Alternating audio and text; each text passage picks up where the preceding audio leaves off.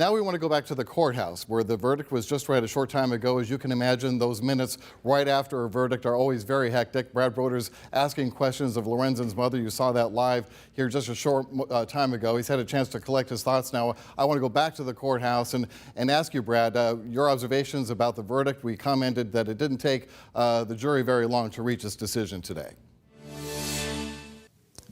It did not, Richard. About 2 hours after they went into the deliberations, about 1:40 this afternoon, we got word about 3:40 that jury was coming back out with the verdict. It took about 2 hours, and the main headline again: the man accused of killing Lorenzen Wright found guilty by a jury on all 3 counts: first-degree murder, attempted first-degree murder, and conspiracy. The first-degree murder conviction automatically means life in prison for Billy Turner. There will be a sentencing hearing next month for the other 2 charges. Both of those counts will carry between 15 and 25 years in prison for those charges. But a lot of emotion from Deborah Marion, the mother of Lorenzen Wright. This case, the murder of her son happened nearly 12 years ago in a field in the Southwind area, the early morning hours of July 19th, 2010. For 7 years, this mother, it was a cold case. She had no idea who killed her son. More than one person killed her son. She had no idea. But she kept the faith. Every year she would go to his gravesite on his birthday, the day he was killed, never losing faith of that.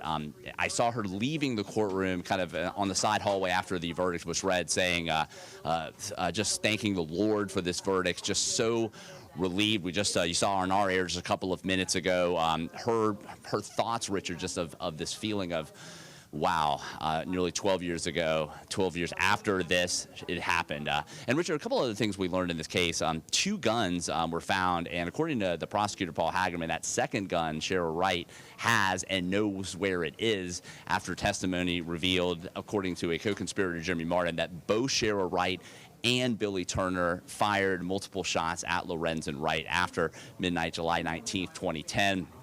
Just a feeling of relief for the family of Lorenzen Wright. They've been waiting for this moment for more than a decade, Richard, and they have it. Richard. Well, Brad, let me ask you, since you have been with this trial from the very beginning, including all the jury selection, as you evaluate everything that happened all along the way, what do you think was the 1 or 2 main factors as to why the jury was able to reach this decision so quickly that would suggest that the prosecutor's case was pretty airtight?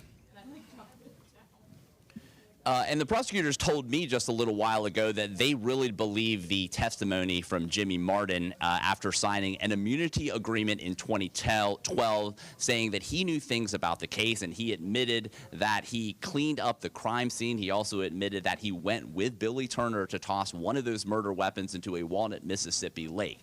Now, the defense spent most of the trial trying to cast doubt and question his credibility.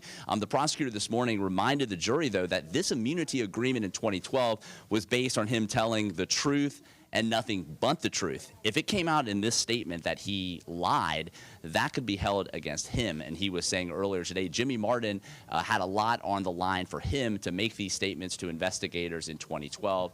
They also point to another really key piece of evidence, the fact that Billy Turner's cell phone activity at 12:14 a.m. July 19th, 2010, 2 minutes after that 911 call we've all heard so many times, where you hear that Germantown dispatcher saying, hello, hello, as multiple gunshots you can hear.